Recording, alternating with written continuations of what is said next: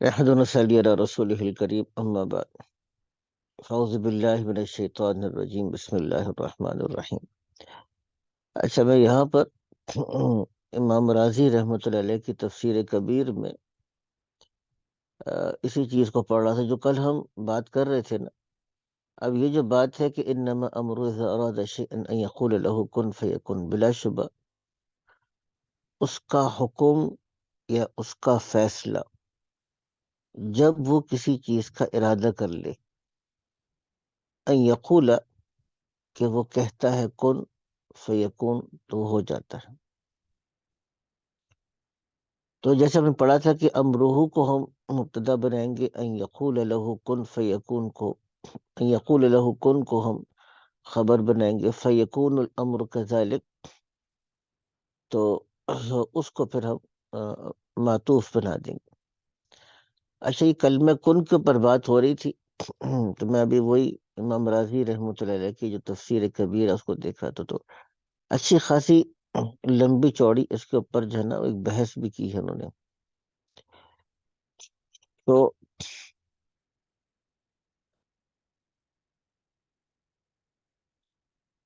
در حقیقت بحث اس چیز کے اوپر ہے کہ یہ جو میں کل عرض کر رہا تھا آپ کی خدمت میں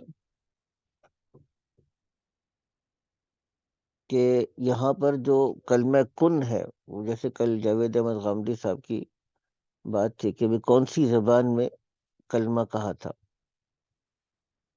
تو بہرحال وہ تو خیر ایک اتنا مضبوط بات نہیں تھی لیکن کل جو بات بیان ہونے سے رہ گئی، وہ جو چیز ہم چل رہے تھے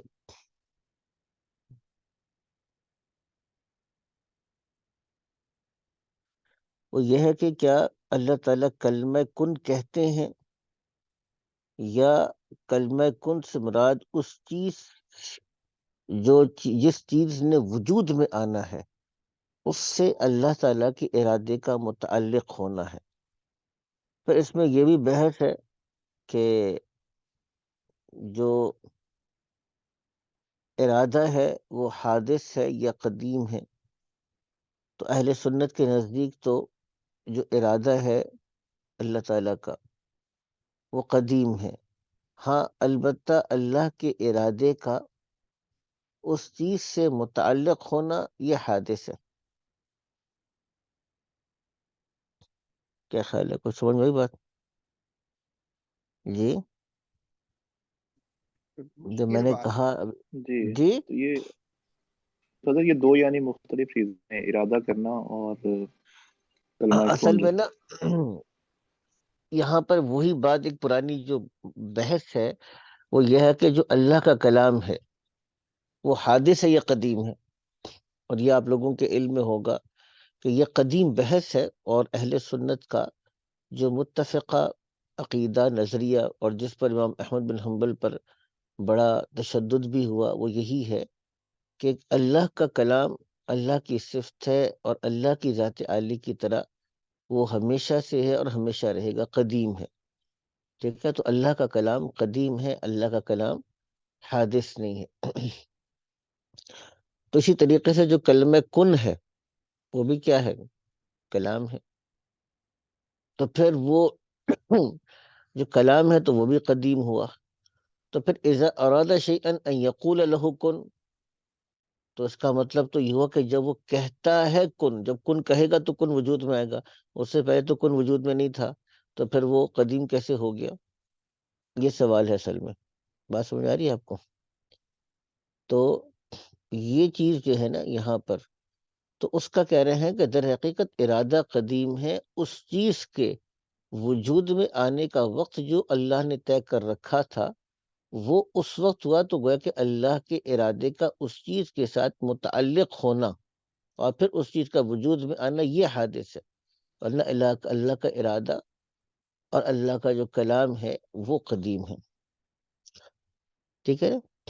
یہ چیز تھوڑی سی تھی، اسی لیے بعض رات نے کہا کہ اللہ تعالیٰ کلمہ کن کے محتاج نہیں ہو. جو سوال چل رہا تھا کہ کون سی زبان میں کہا، اسی لیے ایک بچگانہ سی بات تھی، کیونکہ در حقیقت یہاں پہ کلمہ کن سے مراد اللہ کے ارادے کا اس چیز کے وجود کے ساتھ متعلق ہونا ہے.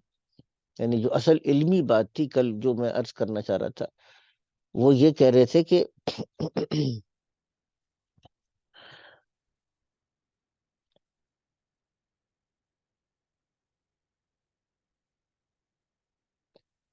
وہی والی بات تھی جو میں آپ سے کرنا چاہ رہا تھا کل. وہ بات پھر ہماری کل رہ گئی تو میں نے کہا کہ ابھی اس کو میں عرض کر دوں. اس میں بڑی بہت تفصیل کے ساتھ امام راضی رحمۃ اللہ علیہ نے بحث کی ہے، لیکن جو اس کا خلاصہ تھا وہ میں نے ابھی آپ کو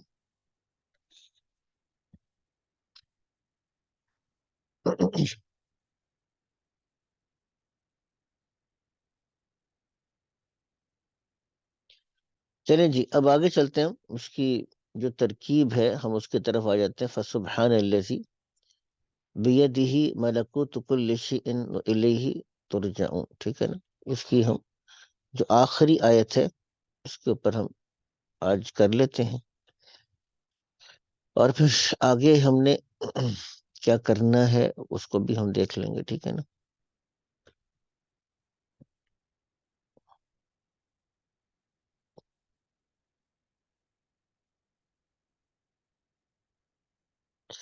جی حضرت تھوڑا سا کر لیں اس کو بھی. جی فسبحان الذی بیدہ ملکوت کل شیء والیہ ترجعون. فا بس یہاں پہ یاد رکھیے گا، یہاں پہ فا فصیحہ ہے. انما امر اذا اراد شیئا ان یقول له کن فیکون فسبحان الذی. میں نے بتایا تھا یہ استاد جی کے حوالے سے کہ فا فصیحہ کون سی ہوتی ہے جہاں پر اس کی شرط محذوف ہو، اور ہم نے ایک چیز اگر نکال لیں تو ہر جگہ چل جاتی ہے. اذا کان الامر کذالک فسبحان الذی. یہاں پہ کیا بن جائے گا؟ جب معاملہ اسی طرح ہے کہ اللہ تعالیٰ کے ارادے کے ساتھ کسی چیز کا وجود وابستہ ہے، فسبحان، تو اس کو ہم کیا کہیں گے؟ سبحان کو کیا بنائیں گے جی حضرت عثمان بھائی؟ کیا بنائیں گے اس کو؟ یہ مفعول مطلق بنائیں گے حضرت؟ جی مفعول بھی مطلق کس چیز کے لیے یہاں پہ بنائیں گے؟ جب جیسے کوئی ہم نے فعل نکالنا وہاں پہ پڑے گا. بنایا تھا، فعل نکالنا یسبح پڑے گا. ہم نے وہاں پہ تسبح. فعل نکالا تھا ثنا کے اندر، کیونکہ وہاں پر سبحانک اللہم، تو گویا کہ ہم اللہ کی ثنا کر رہے ہیں، تو وہاں پہ ہم نکالتے تھے نسبح یا اسبح. کیا نکال رہے تھے؟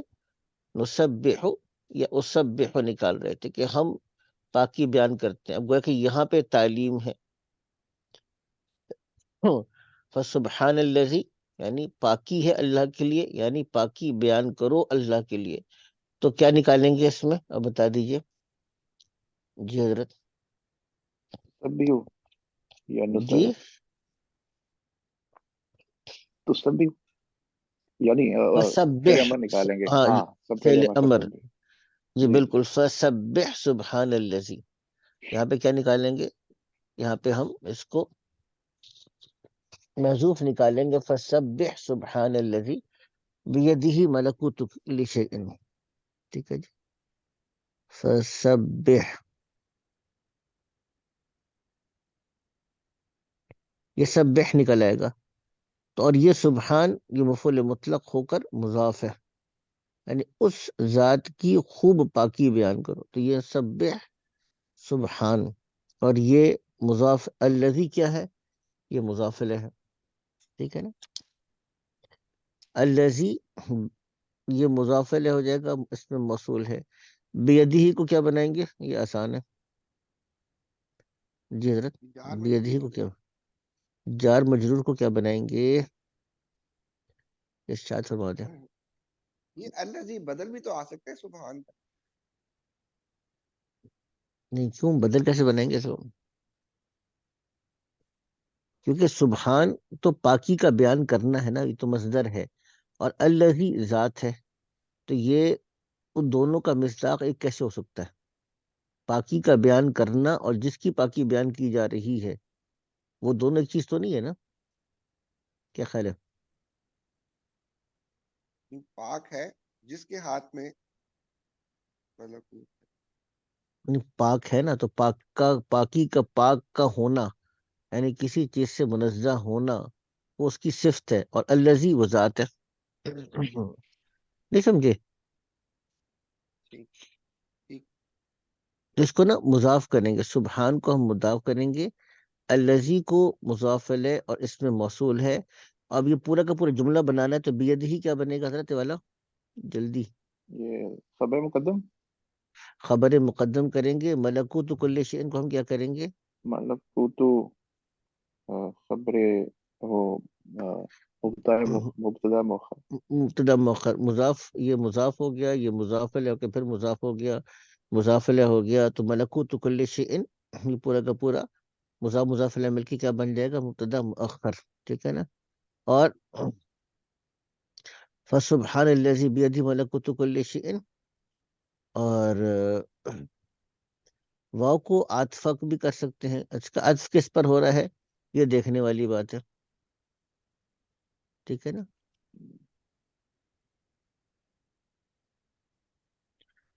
بظاہر اس کا عطف سبحان پر ہی ہوگا، یعنی اس کی پاکی بیان کرو اور اسی کی طرف تمہیں لوٹایا جائے گا. یعنی وَإِلَيْهِ تُرْجَعُونَ کا عطف سبحان پر ہی ہوگا، فَسَبِّحْ سُبْحَانَ الَّذِي بِيَدِهِ مَلَكُوتُ كُلِّ شَيْءٍ وَإِلَيْهِ تُرْجَعُونَ. تو خیر اب یہ آسان ہے، وَإِلَيْهِ تو ہم کیا کریں گے؟ جار مجرور، یہ متعلق ہے ترجعون کے ساتھ، اور ترجعون کیا ہے؟ کون سا فعل ہے حضرت؟ جی حضرت. یہ یہ یہ مفعول ہے. مجہول. یہ مجھول ہے نا؟ ہاں مجہول فعل مجہول مضارع، مجہول. فعل مضارع مجھول ہے، اور جمع مذکر مخاطب کا صیغہ ہے. ترجعون تم لوگوں کو لوٹایا جائے گا، انتم ضمیر اس کا نائب الفاعل ہے، یا واو کو بھی کہہ دیتے ہیں کہ نائب الفاعل. نائب الفاعل واو کو بھی کہہ دیتے ہیں کہ اس کا واو جو جمع ہے، جمع کی ضمیر ہے، وہ واو الجمعی یہ نائب الفاعل ہے اس کا. تو یہ ترجعون فعل مجہول ہو کے الیہ اس کے متعلق ہو کے تو یہ فعل جملہ بن جائے گا، جملہ فعلیہ بن جائے گا. ٹھیک ہے نا؟ تو یہاں پہ آ کے ہمارا یہ جو مطالعہ تھا سورہ یاسین کا مکمل ہوا، لیکن اس میں چند چیزیں جو تفسیر کے اعتبار سے میں نے کہا تھا کہ باقی تھیں، وہ لکھی ہوئی ہیں آپ لوگوں نے. کون کون سی چیزیں باقی تھیں؟ جی لکھوایا بھی تھا میں نے آپ لوگوں کو. کچھ چیزیں شاید کروا بھی دی درمیان میں. کیا خیال ہے حضرت؟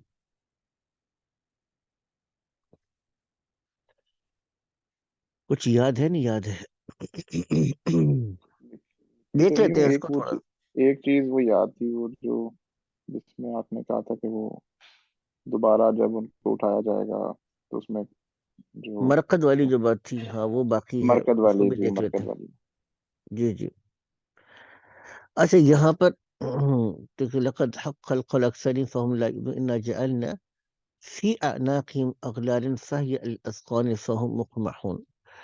اب یہاں پر وہی والے سوال جو عام طور پر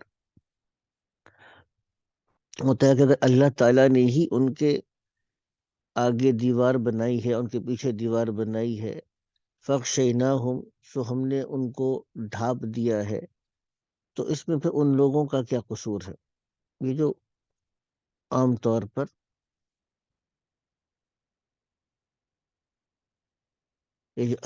پر ہمارے پاس سوال ہوتا ہے، اس کا جواب آسان ہے کہ در حقیقت اللہ تعالیٰ کی سنت ہے کہ جو آدمی جس راستے پر چلنا چاہتا ہے اللہ سبحانہ وتعالیٰ اسی راستے کو اس آدمی کے لیے آسان فرماتے ہیں. اللہ سبحانہ وتعالیٰ اسی راستے کو اس آدمی کے لیے کیا کر دیتے ہیں؟ آسان فرماتے ہیں.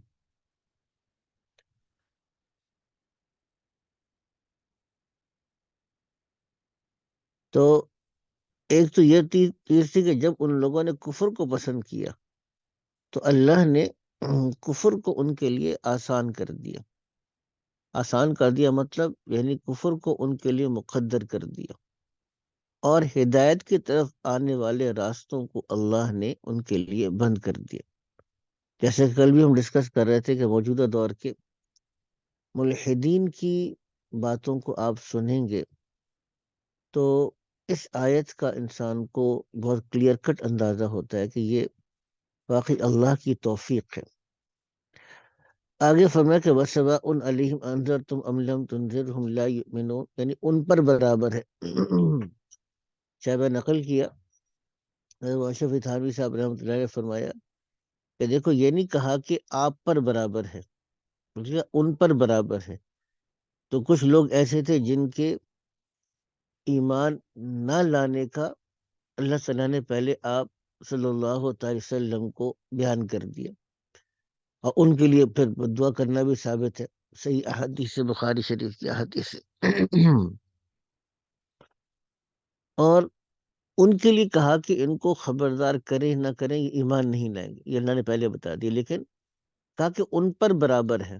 سواء علیکا نہیں کہا، یعنی سواء علیکا آپ کے اوپر برابر ہے کہ آپ خبردار کریں نہ کریں، کیونکہ چاہے کوئی آدمی کتنا ہی یعنی ڈھیٹ قسم کا کافر ہی کیوں نہ ہو، لیکن داعی کو دعوت دینے کا فائدہ ضرور ہوگا۔ یعنی کسی آدمی کے ایمان لانے کا 1% بھی امکان نہ ہو، یہاں تک کہ وحی کے ذریعے سے بھی بتایا جا چکا ہو کہ ایمان نہیں لائے گا، پھر بھی داعی کو دعوت دینے کا فائدہ ضرور ہوگا۔ تو اسی لیے وَسَوَاءٌ عَلَيْهِمْ کہا کہ ان پر برابر ہے کہ آپ ان کو خبردار کریں یا نہ کریں، ایمان نہیں لائیں گے۔ اور پھر بیان کر دیا کہ جو دعوت ہے تو مطلق طور پہ نافع ہے، لیکن اس سے فائدہ کون اٹھائے گا؟ انما تنذر من اتبع الذکر وخشی الرحمن، ذکر سے مراد نصیحت، واعظ، ہدایت کی باتیں، احکامات شریعت، یہ سب مطلق ذکر ہے۔ جب قرآن حکیم میں ذکر جب مطلق طور پر آتا ہے تو اس سے صرف یہ کہ یعنی اللہ تعالیٰ کی صفات یا اذکار مسنونہ مراد نہیں ہوتے، بلکہ اس میں احکامات شریعت اور واعظ، نصیحت، ہر وہ بات جس سے انسان کا دل اللہ کی طرف متوجہ ہو، تو مطلق طور پر ذکر وہ چیز مراد ہوتی ہے۔ اسی لیے فرمایا من اتبع الذکر، جس نے اللہ کو یاد کیا نہیں کہا، بلکہ من اتبع الذکر، جس نے ذکر کی اتباع کی۔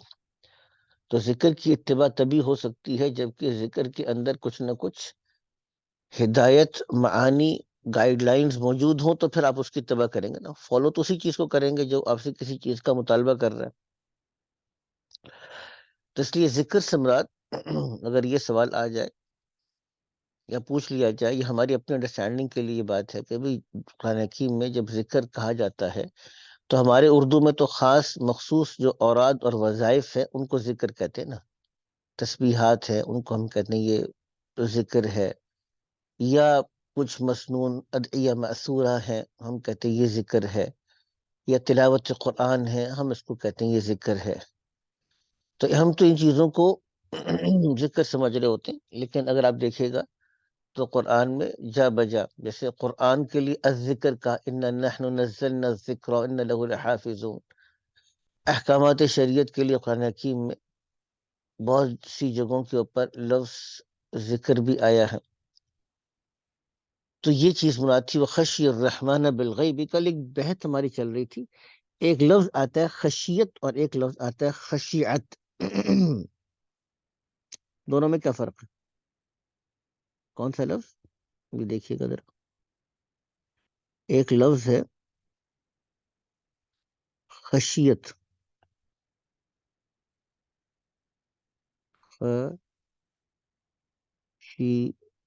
خشیت، اور ایک ہے خشیعت،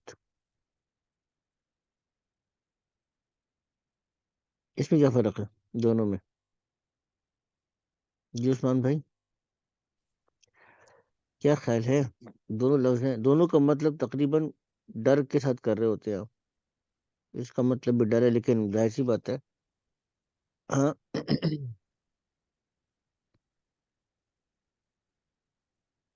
آئین والا جھکنے کے اس میں آتا ہے۔ ہاں اس میں نا تھوڑا سا ایک یعنی یہ ڈر وہ ہے جس کے اندر ہیبت اور روب شامل ہو، اور جس کا نتیجہ عاجزی کی صورت میں نکلے آپ کے پاس۔ عاجزی اختیار، جس کا ظاہر میں عاجزی کی صورت میں نکلے، یہ ڈر بوجہ محبت کے ہوں، کسی کی زوال محبت کا جو ڈر ہوتا ہے یہ چیز ہے، اور اس کا جو حاصل ہے وہ انابت اور رجوع ہے. کوئی کیفیت ہے نا، جب دل میں ایک کیفیت ہوتی ہے تو اس کا ایک اثر ہوتا ہے، ٹھیک ہے نا. جب انسان کے دل میں اداسی ہوتی ہے تو انسان کے ظاہر کیا ہوتا ہے، اس اداسی کے اثرات اس کے اوپر ظاہر ہوتے ہیں. دل میں جو خوشی ہوتی ہے، کل ہماری میٹنگ تھی تو اس میں صاحب کہتے جی مجھے تھوڑی دیر بھی مل جائے تو مفتی طارق مسعود صاحب کا میں وہ بیان سن لیتا ہوں. میں نے کہا ظاہر سی بات ہے، اس سے پھر کہتے ہیں وہ ایک موجود ہے نا، گو ہاتھ کو جنبش نہیں آنکھوں میں تو دم ہے، رہنے دو ساغر و مینا میرے آگے. نہیں سمجھا جی؟ کیا خیال ہے عثمان بھائی؟ سمجھے کہ نہیں جی جی سمجھے؟ کیا سمجھے؟ مفتی طارق مسعود صاحب کا بیان مرد حضرات کیوں سنتے اتنے شوق سے؟ کیونکہ ان کا ایک شادیوں ٹاپک میں بڑا بہت پسندیدہ ماشاءاللہ موٹیویٹ کرتے ہیں. ہے. ماشاء اللہ سے کہا نا آپ نے بھی کہ آپ کا بھی وہ چیز الحمدللہ جو ہے نا موٹیویٹ کرتی ہے، ٹھیک ہے نا. تو اب ظاہر سی بات ہے اگر خوشی ہوگی تو کیا ہوگا، ٹھیک ہے، شوق بیدار ہوگا تو پھر اس کا نتیجہ 4 شادیوں میں نکلے گا، ٹھیک ہے. تو خیر کہنے کا خیر یہ تو درمیان میں ایک چھوٹی سی بات آ گئی. تو غرضے کا مقصد یہ تھا کہ ہر دل کی کیفیت کا ایک نتیجہ نکلتا ہے. تو یہ بیسیکلی بنیادی طور پر فرق ہے. اچھا کہ خشع کا مطلب یا خشعت الاصوات، خشعت یا خشع ہے یہ ویسے لفظ، اس کو خشعت نہیں کہنا چاہیے، خشعت کہنا چاہیے. لفظ کیا ہے یہ؟ خشع. تو لفظ خشع ہے، ٹھیک ہے نا. یہ خشیت ہے، یہ خشعت ہے. تو یہ اس کے اندر ہیبت اور ڈر ہے، اور جس کا ظاہر میں اثر عاجزی کا نکلتا ہے. اسی لیے کہا نا کہ قد افلح المؤمنون الذین فی صلاتہم خاشعون. اب یہ خاشعون کا مطلب وہ ایک اللہ کے خوف اور ڈر والی نماز، جب اللہ کے سامنے کھڑے ہوتے ہیں تو پھر ان کی حرکات اور سکنات کے اندر عاجزی آ جاتی ہے، پھر وہ اللہ کے سامنے بہت با ادب اور عاجزی کے ساتھ کھڑے ہوتے ہیں.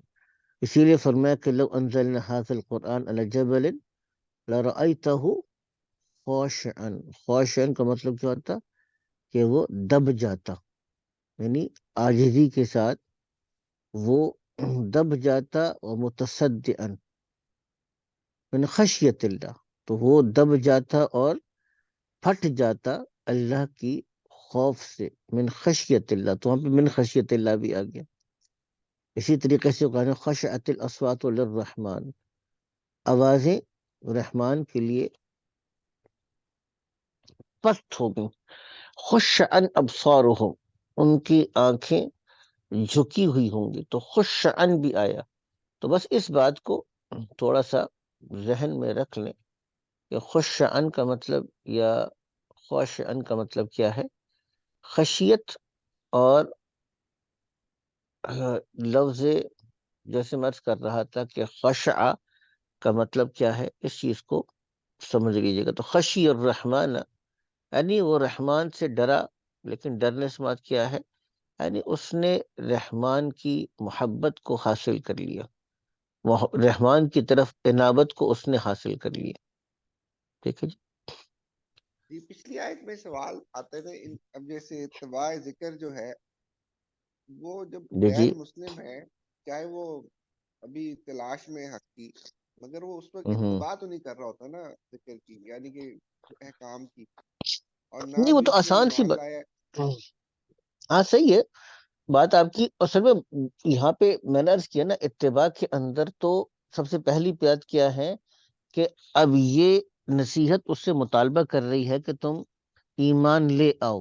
اس نے اس کے اس تقاضے کو پورا کیا اور ایمان لے آیا، تو اتباع تو ہوگی نا. پھر جب اس سے مطالبہ ہوا کہ تم اللہ کو مان لو، تسلیم کر لو، تصدیق کر دو، اور اس کے اندر طلب پیدا ہوئی، حقانیت کو پہچان لیا اور حق کے حق ہونے کی تصدیق کر دی، تو اس نے ذکر کی اتباع تو کی نا. پھر کیا خیال ہے؟ جی اس لیول پہ تو جی حضرت. جی اس لیول پہ تو اتباع ہو گئی. جی جی. اچھا، بالغیب کی بات ہوئی تھی ہمارے پاس. بالغیب کا عام طور پر ہم ترجمہ کرتے ہیں کہ اس کو ہم نے کیا بنایا تھا، حال بنایا تھا، یاد آ گیا نا، خشی الرحمن بالغیبی. تو کس سے حال بن سکتا ہے؟ تو میں نے دونوں کو بتا دیا تھا. خشیہ کی ضمیر فاعل سے بھی حال بن سکتا ہے، اور الرحمن سے بھی بن سکتا ہے، کہ دونوں سے حال بنے گا. دونوں کا ترجمہ بھی ہم نے ڈسکس کیا تھا. لیکن غیب کو سمجھے، غیب کیا چیز ہے؟ غیب یعنی وہ حقائق جہاں تک نہ انسان کی عقل اور نگاہ پہنچی ہے، جہاں تک انسان کا مشاہدہ اور انسان کی عقل نہ پہنچ سکتی ہو، اس معاملات کی تصدیق نبی کے کہنے پہ کرنا، یہ ایمان بالغیب ہے. یعنی وہ حقائق غیب ہیں، اور ایمان بالغیب کا مطلب کیا ہے؟ کہ ان کی بات پہ تسلیم کرنا. اچھا، یہاں سے ایک نیا مسئلہ شروع ہو گیا. ٹھیک ہے. وہ مسئلہ کیا شروع ہوا؟ مسئلہ یہ شروع ہو گیا کہ ایک فرقہ تھا جس کا نام تھا جہمیہ. جہمیہ. اچھا، اس کو کیا ہوا؟ پھر فرقہ تھا، ختم ہو گیا. بظاہر وہ لوگ جو دعویٰ کرتے ہوں کہ ہم جہمیہ میں سے ہیں، وہ لوگ تو شاید موجود ہیں، لیکن اچھا، وہ جو سوچنے کا انداز تھا وہ کسی نہ کسی درجے میں موجود ہوتا ہے. یہ بڑی انٹرسٹنگ بات ہے یہ، اور بڑی ایک امپورٹنٹ بات ہے، اس کو سمجھیے گا. اور وہ یہ ہے کہ جہمیہ کا کہنا یہ تھا کہ ایمان تصدیق منطقی کا نام ہے. ایمان تصدیق منطقی کا نام ہے. تصدیق منطقی کیا ہوتی ہے؟ تو کہا کہ تصدیق منطقی ہوتی ہے. تصدیق منطقی تصدیق منطقی ہوتی ہے. تصدیق منطقی کا مطلب کیا ہے؟ تصدیق منطقی کہتے ہیں کہ اگر کوئی آدمی سوچتے سوچتے عقلی اعتبار سے اس بات کا قائل ہو جائے کہ اس کائنات کا ایک خالق ہے، تو اس کو تصدیق منطقی یعنی ایمان اس کو حاصل ہو گیا. یعنی اس نے عقلاً ایک چیز کا، اس بات کے دلائل اس کو سمجھ میں آ گئے کہ ہاں خالق کائنات ہے، تو وہ اس کو مؤمن کہا جائے گا، وہ اللہ کی وحدانیت کا قائل قرار پائے گا. جبکہ ہمارے نزدیک تصدیق تو انبیاء کے قول کی تصدیق کرنا ہے. یعنی نبی کے کہنے پر اللہ کے ایمان لانے کو سچ سمجھنا، اس کو ہم کہتے ہیں تصدیق ہے. تو تصدیق منطقی کافی نہیں ہے ہمارے نزدیک ایمان کے لیے، بلکہ تصدیق نبوت ہمارے لیے ضروری ہے. اگر ایک آدمی نے عقل کے ذریعے سے تو سمجھا، لیکن نبی کی تصدیق نہیں کی، تو وہ ایمان والا نہیں ہو سکتا. اگر کچھ بات واضح ہو رہی نہیں ہو رہی ہے؟ تو یہ تھوڑی سی بات سمجھیے گا، کیونکہ خشی الرحمن بالغیب کے اندر کسی بھی طریقے سے سمجھا جائے تو بالغیب کے اندر ہمارے نزدیک تصدیق نبوت ہے. تصدیق نبوت اس لیے ہے کیونکہ نبی کے کہنے پر اس نے، یعنی بالغیب کا مطلب ہے وہاں تک عقل نہیں پہنچ سکتی تھی، لیکن نبی نے آ کے خبر دی، تو مخبر صادق کی قول کی تصدیق کرنا یہ ایمان ہے. تو تصدیق نبوت یہ اصل میں ہمارے نزدیک ایمان ہے، اس کے بغیر ایمان حاصل نہیں ہوگا. یہ کچھ بات سمجھ میں آ گئی حضرت؟ آگے چلیں. فبشر بمغفرت تھوڑی سی اجر کریم. کنفیوژن ہو گئی حضرت کے. جی جی، کریں کریں کنفیوژن. حضرت اچھا، جیسے آج وہ کل. کنفیوژن ہاں نہیں. جی جی جی، بالکل بالکل، کریں کریں بات کریں. حضرت جیسے قرآن میں بھی دعوت دی کہ مطلب اللہ کی تخلیق کی طرف دیکھیں، تو وہ لگتا تو ایسا ہے کہ وہ انسان عقل سے بھی اللہ کو پہچان سکتا ہے. ہاں بالکل، آپ نے نا بہت اچھا سوال کیا. اس کو ایسا کرتے ہیں، سورہ آل عمران کی نا جو کہاں چلا گیا یار یہ، سورہ آل عمران کی ہم جو آیات ہے نا آخری رکوع کی، اس کو ایک دفعہ نکاح پہ ڈال لیتے ہیں. اس سے کیا ہوگا؟ اس سے یہ ہوگا کہ یہی مضمون سورہ آل عمران کی آخر کی آیات میں آ رہا ہے. اور ہمارے کیا نام ہے، محترم و مکرم حضرت عثمان شفیق صاحب کو تو یاد بھی ہوں گی وہ آیت، کیا خیال ہے؟ جی تھوڑی عثمان تھوڑی بھائی آتی یاد ہے. ہے نا جی کون جی سی والی آیت کی بات کر رہا ہوں میں؟ یہ تو پتہ چل گیا ہوگا نا کون سی آیت کی بات کر رہا ہوں میں. جی. آسمان اور زمین کے اوپر نظر وہ بڑا، وہ سوچتے ماشاء ہوئے. اللہ ڈاکٹر صاحب اس کو بڑا کھول کے بیان کیا کرتے تھے. یہ والی آیت کو دیکھیے گا. دیکھیے یہاں سے ہم شروع کرتے ہیں آیات کو نا تھوڑا سا. اعوذ باللہ من الشیطان الرجیم، بسم اللہ الرحمن الرحیم. ان فی خلق السماوات والارض واختلاف اللیل والنہار، بے شک کہ اب یہ فی خلق السماوات والارض واختلاف اللیل والنہار، یہ سب کا سب کیا ہوگا؟ خبر مقدم فی آ گیا نا. فی خلق السماوات والارض، آسمان اور زمین کے پیدا کرنے میں، واختلاف اللیل اور رات اور دن کے اختلاف یعنی بدلنے میں، آنے جانے میں، یا رات اور دن کے چھوٹا بڑا ہونے میں. لآیات، یہ اس میں مؤخر ہے ان کا. لآیات لازم نشانیاں ہیں، لأولی الالباب، عقل والوں کے لیے. اچھا عقل والے کون ہیں؟ الذین یذکرون اللہ، جو اللہ کو یاد کرتے ہیں قیاماً کھڑے ہو کر، وقعوداً اور بیٹھ کر، وعلی جنوبہم اور اپنی کروٹوں پر، یتفکرون فی خلق السماوات والارض، اور وہ غور و فکر کرتے ہیں آسمانوں اور زمین کی پیدائش میں. ربنا، اب اس بات پر پہنچ گئے کہ ہمارا رب ہے، اس کے ساتھ تعلق قائم ہوا. ما خلقت ھذا باطلا، آپ نے یہ سب کچھ بیکار ابس بے مقصد نہیں پیدا کیا. سبحانک، آپ پاک ہیں. اب یہاں پہ کیا نکالیں گے؟ ٹھیک ہے حضرت، یہاں پہ کیا نکالیں گے؟ وہ لوگ اللہ تعالیٰ سے کلام کر کے کہتے ہیں تو کس چیز کو محسوس نکالیں گے یہاں پہ؟ نسبح سبحانک، ہم آپ کی خوب پاکی بیان کرتے ہیں. فقینا، اب یقی کیا ہے؟ یہ فعل امر ہے، بس آپ بچا لیں. وقا یقی تقی تھا تو تا کو ہٹائے اور آخر میں یا ناقص، یہ ناقص تھا، یا کو ہٹایا تو کیا بن جائے گا؟ قی. تقی سے قی بن جائے گا. آپ بچا لیں ہم کو عذاب النار، دوزخ کے عذاب سے. ربنا انک من تدخل النار فقد اخزیتہ، اے ہمارے رب جس کو آپ نے داخل کر دیا آگ میں تو یقین آپ نے اس کو رسوا کے. مال الظالمین من انصار، اور ظالموں کے لیے کوئی مددگار نہ ہوگا. اب یہ دیکھیے یہ آ گئی بات، یعنی عقل تھی، اللہ تعالیٰ کی معرفت حاصل ہوئی، اس کے بعد کیا تھی؟ اس کے لیے میں نے یہ آیت آپ کو سنے. ربنا اننا سمعنا منادیا. اب دیکھیے یہ جو چیز آدمی اب بات آ رہی ہے کہ ہم نے سنا ایک منادی کو. اننا، بے شک کہ ہم نے سنا، سمعنا منادین، ایک ندا لگانے والے کو، پکارنے والے کو. کیا کر رہا تھا؟ ینادی للایمان. اب دیکھیے معرفت پہلے تھی یا نہیں تھی؟ معرفت تھی نا. اب یہ کیا کہہ رہے ہیں؟ اب ایمان سے مراد کیا چیز مراد ہے سہیل بھائی؟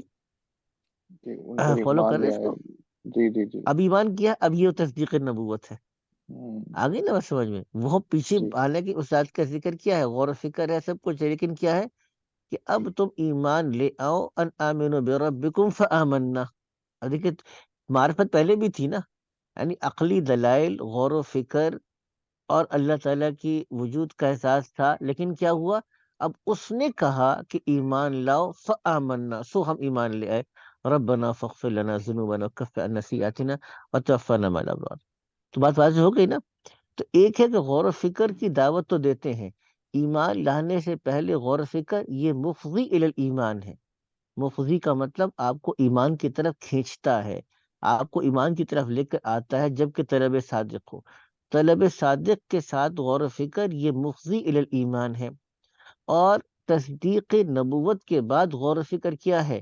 یہ آپ کے ایمان کے بڑھنے کا ذریعہ ہے، یعنی رافع للایمان ہے. یہ آپ کے ایمان کو بڑھائے گا، یہ آپ کے ایمان کو میں اضافہ کرے گا. یہ آپ کے ایمان کو مزید نوش منور للایمان ہے کہ آپ کے ایمان کو زیادہ روشن کرے گا. ٹھیک ہے، تو وہ معین اور ممد تو ہے، لیکن صرف تصدیق منطقی کا ہونا. ایک آدمی کہتا ہے کہ مجھے نہیں پتا انبیاء نے کیا کیا کیا نہیں کہا، بس مجھے ایک لگتا ہے، میں لاجیکلی اس بات پہ کنونس ہوں کہ یہ دنیا خود بخود نہیں بنی، کوئی نہ کوئی بنانے والا ہوگا. ہم اس کو مؤمن نہیں کہیں گے. یعنی قیامت کے دن یہ اللہ تعالیٰ کی پکڑ سے بچ نہیں سکے گا، کہ کیونکہ اس نے تصدیق نبوت نہیں کی اور اس پر ایمان نہیں لایا.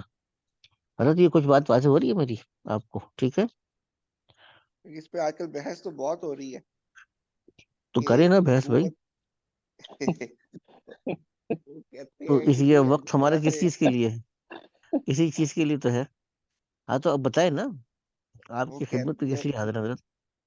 وہ جی جی کہہ رہے کریں. ہیں کہ جی کچھ لوگ ہیں جن تک نبوت کے ایک تو وہ آج کل کے دور میں پہنچی نہیں ہے، یا پہنچی بھی ہے تو بہت ڈسٹارٹیڈ پہنچی ہے. جیسے ویسٹ کے اندر جو ان کے فار بہت ایریاز میں ہیں، وہاں پہ جی جی اسلام یا حضور کا پیغام جو ہے نا، انہوں نے اس طرح سے ان تک پہنچا ہے کہ وہ اس کو دیکھتے ہی بہت نیگیٹیولی ہے، جی جی.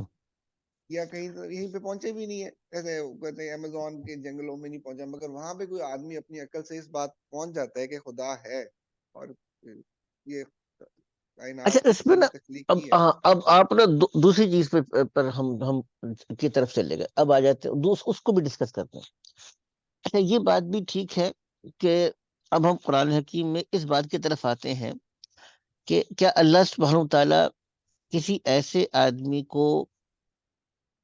کا یعنی کا مواخذہ کریں گے جس آدمی تک دین کی دعوت نہیں پہنچی؟ تو قرآن حکیم کے اندر تو بڑے واضح آتا ہے کہ وما كنا معذبین حتی نبعث رسولا. ٹھیک ہے، ہم تو اس وقت تک عذاب دینے والے نہیں تھے جب تک کہ ہم رسول کو نہ بھیج دیتے. ٹھیک ہے نا، یہ تو قرآن حکیم کے اندر واضح ہے کہ ہم رسول کو بھیجے بغیر کسی کو عذاب نہیں دیں گے. وما كنا معذبین حتی نبعث رسولا. تو ہم کسی کو عذاب، اب بعض لوگوں نے کہا کہ بھئی یہاں پہ معذبین سے مراد دنیا کا عذاب ہے، دنیا میں عذاب نہیں دیں گے جب تک کہ رسول کی دعوت سے حجت قائم نہ ہو جائے. لیکن آخرت کے عذاب کا کیا ہوگا؟ تو آخرت کے عذاب بھی بظاہر یہ لگتا ہے لا یکلف اللہ نفسا الا وسعها. کسی انسان کو اللہ تعالیٰ اس کی وسعت کے بغیر اس پر بوجھ نہیں ڈالتے. اچھا اسی طریقے سے وہ آیت بھی آپ کے ذہن کے اندر ہوگی جس میں فرمایا کہ رسول مبشرین منذرین، بہت سے رسولوں کو بھیجا. مبشرین منذرین یہ حال بن رہا ہے، رسول سے رسولوں کو بھیجا، یعنی بعثنا رسلا مبشرین منذرین، اس حال میں کہ وہ مبشر تھے، خوشخبری دینے والے، و منذرین اور خبردار کرنے والے تھے. لئلا یکون علی الناس، لئلا یکون نہیں لئلا یکون للناس علی اللہ حجتا بعد الرسول. غلام مصطفیٰ ایسی ہے نا آتی ہے جو میں نے پڑھی ابھی، رسلا مبشرین ومنذرین لئلا یکون للناس علی اللہ حجتا بعد الرسل. جی حضرت ایسی آیت ہے. چلو جی غلام مصطفیٰ بھائی بتائیں کہاں چلے گا؟ وہ ہے اس وقت ہمارے پاس. اچھا جی، عرض میں کیا کر رہا تھا آپ سے، تو اب وہاں پر بھی اس بات کا ذکر ہے کہ بہت سے رسول ایسے تھے، یعنی ان کو ہم نے مبشر اور منذر بنا کر بھیجا، یعنی خوشخبری دینے والا اور ڈرانے والا، خبردار کرنے والا بنا کر بھیجا ہم نے، تاکہ لوگوں کے پاس اللہ کے مقابلے میں کوئی حجت اور دلیل باقی نہ رہے. بات سمجھ آ گئی نا؟ تو وہ اس سے بھی یہ بات معلوم ہوتی ہے. تو اب اچھا، اب جو اصل چیز سوال ہے سمجھنے کا، لیکن ساتھ میں یہ بات بھی ہے کہ نبی کے آنے کے بعد نبی کی دعوت قبول کیے بغیر چارہ کار بھی نہیں ہے. وہ بھی قرآن حکیم کی واضح آیات آپ کے سامنے موجود ہیں. وہ سورہ چلیں، اس کو مثال کے طور پر جو چھٹے سپارے کے آغاز میں آ رہا ہے کہ وہ لوگ جو کہتے ہیں بعض پر ایمان لائیں گے اور بعض پر ایمان نہیں لائیں گے، وَيُرِيدُونَ يُفَرِّقُوا بَيْنَ اللَّهِ وَرُسُولِهِ، اور وہ چاہتے ہیں اللہ اور اس کے رسولوں کے درمیان میں جدائی ڈال دیں. اولئک هم الکافرون حقا، وہی لوگ پکے پکے کافر ہیں. یہ چھٹے سپارے کے بالکل آغاز کے اندر یہ آیات بھی آ رہی ہیں. تو اب ان ساری باتوں کا خلاصہ کیا نکلے گا؟ خلاصہ یہ نکلے گا کہ جس آدمی پر جس درجے کی دعوت پہنچی ہے اس پر اس درجے کی حجت تمام ہے. جس آدمی پر جس درجے کی دعوت پہنچ گئی اس پر اس درجے کی حجت ہے. اچھا جس آدمی تک دعوت فرض پہنچی ہے وہ بہرحال مکلف ہے اس بات کا کہ وہ اسلام اور دین یعنی دین اسلام کے بارے میں کچھ نہ کچھ تحقیق ضرور کرے. خاص طور سے آج کل کے دور میں جب کہ تحقیق کے ذرائع عام ہو چکے ہیں، دعوت فرض کیا ہے؟ دعوت فرض یہ ہے کہ اگر کسی آدمی تک یہ بات پہنچ گئی کہ بھئی ایک مذہب اسلام نام کا ہے اور مسلمان نام کے لوگ اس کے پیروکار موجود ہیں، قرآن ان کی کتاب ہے اور محمد صلی اللہ علیہ وسلم اس دین کے لانے والے یا اس دین کے داعی تھے، اتنی بات، لفظ اسلام، محمد، قرآن، مسلمان، یہ تین چار چیزیں بھی اس تک پہنچ گئی تو دعوت فرض پہنچ گئی ہے، یعنی اس تک یہ بات پہنچی ہے کہ اسلام نام کا مذہب موجود ہے، تو وہ اسلام کے بارے میں تحقیق کرنے کا مکلف ضرور ہے، اس سے یہ ضرور پوچھا جائے گا کہ جب یہ چیز تم کو موجود تھی، اللہ نے حق کی تلاش تمہارے اندر رکھی تھی، اور اس سے بہرحال بہت سارے اگر آپ ریورٹس ان لوگوں کی کارگزاری سنیں تو یہ بات بھی بہت سمجھ میں آتی ہے، خود قرآن بھی اس بات کا ہمیں پتہ چلتا ہے کہ دیکھیے بہت سے لوگوں کے اندر اللہ نے ایک طلب رکھی ہوتی ہے، بہت سے نہیں، ہر انسان کے اندر اللہ نے طلب رکھی ہوتی ہے، اور کفر کی وجہ سے اس کے اندر ایک اضطراب ہے، ایک پریشانی ہے، ایک بے چینی ہے اس کے اندر، وہ اس وہ بے چینی اس کو مجبور کرتی ہے کہ وہ حق کی تلاش کرے، تو اللہ تعالیٰ اس بے چینی اور اس اضطراب کو بھی اس کے خلاف بطور حجت کے پیش کریں گے، جس میں آتا ہے نا کہ اس کے اعضاء گواہی دیں گے، الیوم نختم علی افواہہم تکلمنا ایدیہم وتشہد ارجلہم، تو یہ گواہی اس کے دل کی بھی ہے کہ اس کے اندر یہ اضطراب اور طلب اور بے چینی تھی، اور مذہب کا اس کو پتا بھی تھا کہ مذہب ہے، پھر بھی اس نے اس کو جاننے کی کوشش نہیں کی، تو اس سے اس بات کا مؤاخذہ ضرور ہوگا۔ اچھا، اسی طریقے سے جیسے جیسے جس آدمی تک جتنی بات پہنچتی گئی وہ اس درجے میں اس کے اوپر اس کی ذمہ داری بڑھتی چلی گئی۔ اب آئیے آخری بات کی طرف، جو آپ کا سوال تھا کہ جس آدمی تک بالکل کوئی بات نہیں پہنچی تو وہ کس چیز کا مکلف ہے؟ جس آدمی تک کسی بات وہ نہیں پہنچی تو وہ کس چیز کا مکلف ہے پھر؟ یعنی اس آدمی تک اگر کسی چیز کی بات جو ہے وہ نہیں پہنچی تو وہ کس چیز کا مکلف؟ اس میں اب ہمارے پاس دو گروپس ہیں، ایک اشاعرہ ہے، ایک ماتوریدیہ ہے۔ اشاعرہ کہتے ہیں کہ بہرحال وہ چاہے جو مرضی کرے، لیکن قیامت میں وہ جہنم میں نہیں جا سکتا، کیونکہ جہنم میں جانے کے لیے کفر اور شرک کا مرتکب ہونا ضروری ہے، اس تک دعوت ہی نہیں پہنچی، تو دعوت ہی نہیں پہنچی تو گویا کہ صراحتاً کفر اس کی طرف سے پایا نہیں گیا، جو صراحتاً کفر نہیں پایا گیا تو اللہ تعالیٰ کے عدل کا تقاضا یہ ہے کہ اللہ تعالیٰ اس کو جہنم میں نہ ڈالے کم از کم۔ یہ اشاعرہ کا موقف ہے، یہ بھی اہل سنت کا ایک بڑا گروہ ہے۔ دوسرا گروہ ماتوریدیہ ہے، تو جو ماتوریدیہ ہیں ان کا کہنا یہ ہے، اور امام ابو حنیفہ رحمۃ اللہ علیہ کا، وہ یہ کہتے ہیں کہ ماتوریدیہ کا کہنے کا مقصد یہ ہے کہ یہ اس آدمی سے نبوت کے بارے میں تو نہیں پوچھا جائے کیونکہ نبوت کی دعوت پہنچی نہیں اس تک، لیکن توحید کے بارے میں پھر بھی سوال ہوگا۔ اب یہاں پر وہ بات سوال آتی ہے جو ہمارے سہیل بھائی کہہ رہے تھے کہ یہاں پر تو پھر اب تصدیق منطقی کسی نہ کسی درجے میں اس آدمی کے لیے یعنی لازم ہو جائے گی، یعنی یہاں پر اب تصدیق منطقی کا اعتبار ہوگا کہ بھئی تمہارے پاس عقل تھی، غور و فکر تھا، تو لیکن اس آدمی کے حق میں ہے جس آدمی کے لیے کے پاس نبی کی دعوت نہ پہنچی ہو، تو اس سے پھر سوال اس بات کا ہوگا کہ تم نے اس کائنات پہ غور کر کے وجود باری تعالیٰ کو مانا کہ نہیں مانا، وجود باری تعالیٰ کے تم قائل ہوئے کہ نہیں ہوئے، تو اس سے اس بارے میں سوال ہوگا۔ یہ ہے ساری کی ساری حضرت خلاصہ جو گفتگو کا۔ جو بات آپ کہہ رہے ہیں نا عثمان بھائی، وہ بات اس اعتبار سے مختلف ہے جو لوگ کہہ رہے ہیں، شاید آپ لوگوں نے ابھی سنا ہوگا نہیں سنا ہوگا، اور کہ اس وقت دبئی کے اندر ایک انہوں نے بڑا مرکز بنایا جس میں ایک ہی جگہ کے اوپر مسجد بھی ہے، سیناگوگ بھی ہے، چرچ بھی ہے۔ آپ نے سنا یہ بات؟ نہیں سنی؟ جی دیکھی نہیں سنی دیکھی ہے بلکہ، جی۔ اور دیکھی بھی ہے بلکہ، اب تو اس کی پکچرز بھی ہیں، آپ گوگل میں جا کے اس کو سرچ کریں گے تو مل سکتا ہے۔ تو بڑا انہوں نے فخریہ بتایا ہے. تو یہ وحدت ادیان ہے. یہ پچھلے آپ کے پاس ایک فورم بنا تھا رحمت للعالمین کا. کیا بنا تھا اس کو؟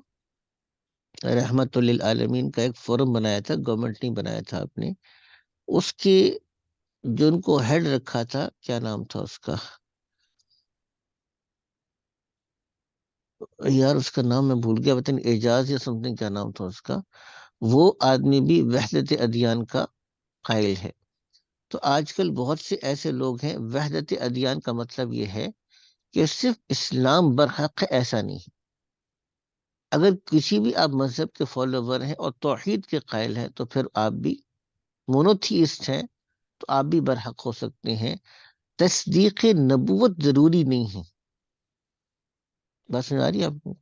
تو یعنی کسی ایک نبی کی تصدیق کا ہونا حضرت یہ ضروری نہیں. جی یہ حضرت اسی طرح جی جی بالکل ایک گروپ میں بات ہو رہی تھی، اس میں وہ سورہ بقرہ کی آیت ایک کسی نے وہ کوٹ کی تھی، میرے خیال سے 62 نمبر یا 60 نمبر آیت تھی کہ 62 ہے، آیت نمبر 62 ہاں، ہے. تو جی اس جی، پہ بھی تھوڑا اگر بتا دیں، کیونکہ وہ چلے بظاہر اس آیت کو بھی نکال لیتے ہیں. اس اس میں آیت تو کو نکال ایسا لیتے ہیں. کلیئر سے، مطلب وہ شاید وہ پورا شاید جی سے آپ کو سے بات نہیں پتا، مگر وہ آیت سے تو بظاہر لگ رہا ہے کہ وہ اس میں جی جی، سارے میں ابھی آپ مجوسیوں کے کا بھی سامنے وہ ذکر ہے. آیت، اور جی جی، میں آیت ابھی پیش کرتا ہوں. آپ کی خدمت میں آیت پیش کرتا ہوں. پھر آپ خود فیصلہ کیجیے گا کہ جو نتیجہ نکالنے کی کوشش کی جا رہی ہے وہ نتیجہ نکالنا کتنا صحیح ہے. ظاہر سی بات ہے کہ آؤٹ آف کانٹیکسٹ کسی بھی چیز کو آپ پیش کریں گے نا ٹھیک ہے. تو اب یہاں سے اب یہ آیت نمبر 62 ہے، یہ والی جو آیت ہے، ان الذین آمنوا والذین ہادوا والنصارى والصابئین. ترجمہ تو واضح ہو جائے گا. بے شک وہ لوگ جو ایمان لائے، والذین ہادوا وہ لوگ جو یہودی ہوئے، والنصارى اور عیسائی، والصابئین اور وہ لوگ جو صابئین مجوسی ہیں. اب یہ صابئین کی تعریف میں کون ہے؟ ستارہ پرست ہے، مجوسی ہیں، اور یعنی آتش پرست لوگ ہیں. یا وہاں پر عرب میں کہا کرتے تھے کہ جو آدمی دہریہ ہو گیا وہ صابئی. یہ مختلف تشریحات ہیں. تو بہرحال صابئی کی اپنی تشریح جو بھی یعنی مطلب ہے، تو مختلف تشریحات ہیں صابئی کی. اور صابئین اور وہ لوگ جو کہ ستارہ پرست ہوئے یا مجوسی ہوئے، من آمن باللہ جو ایمان لایا اللہ پر، والیوم الآخر اور آخر کے دن پر، وعمل صالحا اور اس نے نیک عمل کیا. ٹھیک ہے. اب 3 چیزوں کا ذکر ہے. من آمن باللہ جو آدمی ایمان لائے اللہ پر، ٹھیک ہے نا، والیوم الآخر اور آخر کے دن پر، وعمل صالحا اور نیک عمل کیا، فلہم اجر عند ربہم ان کے لیے اجر ہے ان کے رب کے پاس، ولا خوف علیہم نہ ان پر کوئی خوف ہوگا، ولا ہم یحزنون اور نہ ہی وہ غمگین ہوں گے. یہ بات ٹھیک ہے نا. اب یہاں سے انہوں نے کہا کہ دیکھو 3 چیزوں کا ذکر ہے، اللہ پر ایمان لاؤ، آخرت پر ایمان لاؤ، نیک عمل کر لو. ایمان بے رسالت کا ذکر ہی نہیں یہاں پہ. تو اس کا مطلب یہ کہ جو آدمی بھی اللہ پر ایمان لائے گا، آخرت پر ایمان لائے گا، نیک عمل کرے گا، اس کے لیے کیا ہے؟ اس کے لیے اجر ہے اس کے رب کے پاس. نہ خوف ہوگا ان کے اوپر آخرت میں، نہ وہ غمگین ہوں گے. تو اس آیت سے استدلال ہوتا ہے. یہی آیت تھی نا سہیل بھائی؟ جی جی جی یہی آیت ہے. جی جی. اب اس کو ہم آیت کو میں نے جیسے عرض کی آپ کی خدمت میں کہ اس کو پہلے تو یہ دیکھنے کی کوشش کرتے ہیں کہ اس کا کانٹیکسٹ کیا ہے. اب آسان سی بات دیکھیے گا ذرا، یہ بات شروع کہاں سے ہو رہی ہے؟ یہ بات یہاں سے شروع ہو رہی ہے. یہ دیکھیے گا یہاں سے بنی اسرائیل سے خطاب شروع ہو رہا ہے آیت نمبر 47 سے. یہاں سے آپ دیکھیے یہاں سے پہلی دفعہ پچھلے حضرت بلکہ اس سے بھی پہلے یہاں سے خطاب شروع ہو رہا ہے. آیت نمبر 40 سے ان کا خطاب شروع ہو رہا ہے. پیچھے آدم علیہ السلام کا واقعہ اور پھر بنی اسرائیل کا خطاب پہلی دفعہ. یا بنی اسرائیل اذکروا نعمتی التی انعمت علیکم، میری اس نعمت کو یاد کرو جو میں تمہارے پر کیا. اوفوا بعہدی اوفی بعہدکم، اور تم میرے وعدے کو پورا کرو، میں تم سے کے وعدے کو پورا کروں گا. ٹھیک ہے نا.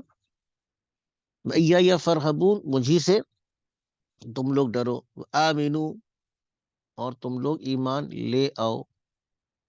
اب دیکھیے یہاں پہ کس چیز پر ایمان لانے کی دعوت دی جا رہی ہے؟ بما انزلت مصدقا لما معکم، جو میں نے اتارا ہے اس حال میں کو تصدیق کرتا ہوا آیا ہے تمہارے ساتھ، ولا تکون اول کافر بھی، اور تم اس کے سب سے پہلے کفر کرنے والے نہ بن جاؤ، ولا تشتروا بآیاتی ثمنا قلیلا یفتقون، اور تم میری آیات کا سودا نہ کرو تھوڑی قیمت کے بدلے میں، اور مجھ ہی سے تم ڈرو۔ اب بات شروع ہی یہاں سے ہو رہی ہے، اور پھر وہاں جا کر یہ اللہ تعالیٰ یہ بات کہیں کہ ہاں کوئی بات نہیں، تو ایمان نہ لاؤ تب بھی خیر ہے۔ اب تھوڑا سا اب خود بات کریے گا کہ گفتگو کا آغاز ہی یہاں سے ہوا تھا، اور آگے چل کے اگر اللہ تعالیٰ یہ بات ارشاد فرما دیں کہ یہودی یہودی رہیں، عیسائی عیسائی رہیں، مجوسی مجوسی رہیں، یہاں پہ تو ہے بما انزلت مصدقا لما معکم، جو میں نے اتارا ہے اس چیز پر ایمان لاؤ، اور وہ تصدیق کرتا ہے اس چیز کی جو تمہارے ساتھ ہے۔ اس کا مطلب یہ ہوا کہ اس چیز کی بات ہو رہی ہے جو ان کے پاس جو چیز پہلے سے کتاب موجود ہے اس کے علاوہ ہے، تبھی تو ہے نا، وہ تصدیق کرتا ہے اس چیز کی جو تمہارے پاس موجود ہے، اور تم سب سے پہلے کفر کرنے والے نہ بن جاؤ۔ اور لفظ بھی یہاں پہ کافر آیا، ولا تکون اول کافر بھی، کہ تم کافر نہ ہو جاؤ۔ اب دیکھیے اگر اس کانٹیکسٹ کو سامنے رکھیں پھر یہی والی باتیں آگے دیکھیے گا، وہی آگے آپ دیکھیے گا، ولا تلبسوا الحق بالباطل تکتموا الحق، اور آگے انہی اسی چیزوں کا ذکر ان کو کہا جا رہا ہے۔ تو اب سوال یہ ہے کہ اگر اللہ سبحانہ تعالیٰ خود اس بات کو ارشاد فرمائیں، اور پھر آگے چل کر ہم یہاں پہ یہ مطلب لے لیں کہ اللہ تعالیٰ کہہ رہے ہیں کہ یہودی یہودی ہوں، عیسائی عیسائی ہوں، صابئی صابئی ہوں، بس اللہ پر ایمان ہو، آخرت پر ایمان ہو، نیک عمل ہو، تو پیچھے جو بات بیان کر رہی تھی پھر اس کا کیا وزن باقی رہا، اور پھر اس دعوت دینے کا فائدہ کیا رہا؟ یہ تو میں اس چیز کو بیان کر رہا ہوں کہ اگر اس آیت کا یہ مفہوم لیا جائے تو پھر ایک بہت واضح کانٹرڈکشن سامنے آتا ہے، اور جس کا کوئی حل نہیں ہے۔ اچھا پھر دوسری بات، وہ میں نے آپ کو بھی چھٹے سپارے کی آیت بھی نقل کی، جس میں تو صاف طور پہ کہا کہ جو لوگ کہتے ہیں کہ ہم بعض رسولوں کو مانیں گے، بعض کو نہیں مانیں گے، اور پکے پکے کافر ہیں، تو وہاں پہ بھی یہ تو پتہ چل گیا کہ وہ رسولوں میں سے کسی ایک کا انکار بھی کیا ہے، وہ کفر کا ذریعہ ہے۔ اب پھر اس آیت کا صحیح مفہوم کیا ہے؟ اب ہم اس بات کی طرف آتے ہیں۔ اگر یہ مفہوم جو لیا جا رہا ہے، اگر یہ مفہوم صحیح نہیں ہے، تو پھر اس آیت کا صحیح مفہوم کیا ہے؟ تو صحیح مفہوم کیا ہے کہ بے شک وہ لوگ جو ایمان لائے، یعنی مسلمان اور یہودی اور عیسائی اور صابئین، یعنی اللہ کے نزدیک مخلوقات میں کوئی تفریق نہیں ہے، ایمان لا چکے ہیں، وہ بھی اس معیار کے پابند ہے جس کو آگے بیان کیا جا رہا ہے۔ اچھا، من آمن باللہ، جو آدمی اللہ پر ایمان لائے، اب دیکھیں مجوسی وہ بھی اللہ پر ایمان کے مدعی ہیں، عیسائی بھی اللہ پر ایمان کے مدعی ہیں، اپنے آپ کو آج بھی مونوتھیسٹ کہتے ہیں، آج بھی اپنے آپ کو وہ مونوتھیسٹ کہتے ہیں، اور آج بھی وہ اپنے آپ کو موحد کہتے ہیں، لیکن مشرک ہیں، اور بدترین شرک ہے۔ تو کیا ان کا ایمان باللہ معتبر ہے؟ معتبر نہیں ہے۔ اس کا مطلب کیا ہوا کہ من آمن باللہ سے مراد ہے وہ اللہ پر ویسے ایمان لائے جیسے کہ اللہ تعالیٰ کہہ رہے ہیں، یعنی قرآن کے اندر، اور آخرت کو مانا۔ اب آخرت کو ماننے کا مطلب عیسائی مانتے تو ہیں، لیکن ساتھ میں یہ کہتے ہیں کہ جو آدمی عیسیٰ علیہ السلام کے صلیب پر موت یعنی جان دینے کا قائل ہے تو وہ آدمی نجات پائے گا، جو آدمی اس کا قائل نہیں ہے وہ آخرت میں نجات نہیں پائے گا۔ جو آدمی کروسیفکشن کا قائل ہے، یہ عیسائی کہتے ہیں، تو کیا ان کا آخرت پر ایمان معتبر ہے؟ ایمان معتبر نہیں ہے۔ یہودی کہتے تھے، خود قرآن حکیم میں اللہ نے ان کی سٹیٹمنٹس کو نقل کیا، نحن ابناء اللہ لن تمسنا النار الا ایام معدودہ، ہمیں تو آگ چھو بھی نہیں سکتی مگر گنتی کے چند دن۔ تو کیا ان کا آخرت پر ایمان معتبر ہے؟ وہ آخرت پر ایمان معتبر ہی نہیں ہے۔ تو مطلب کیا ہوا کہ والیوم الآخر، اور آخرت پر ایمان لائے جیسا کہ اللہ تعالیٰ کہہ رہے ہیں کہ آخرت پر ایمان لائے، وعمل صالحا، اور اس نے نیک عمل کیا۔ تو نیک عمل کون سا معتبر ہے؟ عیسائیوں نے رہبانیت کو ایجاد کیا، خود قرآن میں اللہ نے اس کی نفی فرما دی، اور رہبانیت ابتدعوها ما كتبنا علیہم، ان لوگوں نے رہبانیت کو لکھ لیا، ہم نے ان کے اوپر رہبانیت کو لازم نہیں کیا تھا. تو وہ نیک اعمال کرتے تھے، ترک دنیا کرتے تھے، اور بیوی بچوں کو چھوڑتے تھے، اس کو نیک عمل سمجھ، اللہ کی بارگاہ نیک عمل تھا ہی نہیں. سلمان فارسی جب ایمان لائے تو بڑی عمر کے 100 سال سے زیادہ عمر تھی، حضور نے اس عمر میں بھی ان کو نکاح کا کہا کہ بھی نکاح کر لو. تو انہوں نے پھر اس عمر میں نکاح کے تو عمل صالح کے لیے پیمانہ کیا ہے. تو معلوم کیا ہو کہ جس چیز کی طرف کہا جا رہا ہے ایمان لاؤ، آخرت پر ایمان لاؤ اور نیک عمل کرو، وہ بھی کون سا ہے؟ اس کا پیمانہ اور اس کی کسوٹی اور کرائٹیریا بھی شریعت محمدیہ صلی اللہ تعالی علیہ وسلم ہی ہے. تو جو آدمی یہ شرط پوری کرتا ہے، تو گویا کہ ان 3 چیزوں کے اندر یا ان 3 چیزوں کا ذکر کرنے میں اس سیاق و سباق کے اعتبار سے جس کانٹیکس میں بات چل رہی ہے، آٹومیٹیکلی وہ شریعت محمدیہ اور جو دعوت ہے نبوت پہ ایمان لانے کی اس کے اندر موجود ہے. اگر اس کو پیچھے سے جو سلسلہ کلام چلا آ رہا ہے اور جس چیز کی بنی اسرائیل کو دعوت دی جا رہی ہے اس کانٹیکس میں دیکھیں گے تو یہ اس آیت کا اس کے علاوہ اور کوئی مطلب بن ہی نہیں سکتا. جی حضرت کچھ افاقہ ہوا کہ نہیں ہوا جی اس جی تقریر کا؟ جی حضرت ہاں جی حضرت کافی فائدہ. ٹھیک ہے نا. تو خیر ابھی ہم کیا کہہ رہے تھے آج چلیں، خیر ہمارا ٹائم اچھا حضرت کرنا کیا ہے، خیر چلیں وہ تھوڑی سی میں میرے خیال سے تفسیر کو ہم دیکھ لیں گے، اور آپ جو اس کی وہ کرنا شروع کر دیں. اس سنڈے بھیج دوں پھر میں امتحان، پھر میرے پاس تو بنا بنا موجود ہے، لیکن اس کی تھوڑی سی وہ تفسیر باقی ہے، اس میں تفسیر میں پھر مشکل ہو جائے گی. چلیں اس کو اگلے سنڈے کے لیے اٹھا کے رکھتے ہیں پھر، ٹھیک ہے سر، اگلے سنڈے کے لیے اس کو اٹھا کے رکھتے ہیں. اس ہفتے کوشش کرتے ہیں کہ تھوڑا سا ہمارا تفسیر کا تو چل رہا تھا سلسلہ، اس کو سورہ یاسین کو ڈسکس کر لیتے ہیں، ٹھیک ہے نا؟ کیا خیر عثمان بھائی؟ جی ٹھیک ہے انشاءاللہ. ٹھیک ہے، جزاکم اللہ خیر. ٹھیک ہے جی، آج کے اتنا، جزاکم السلام علیکم.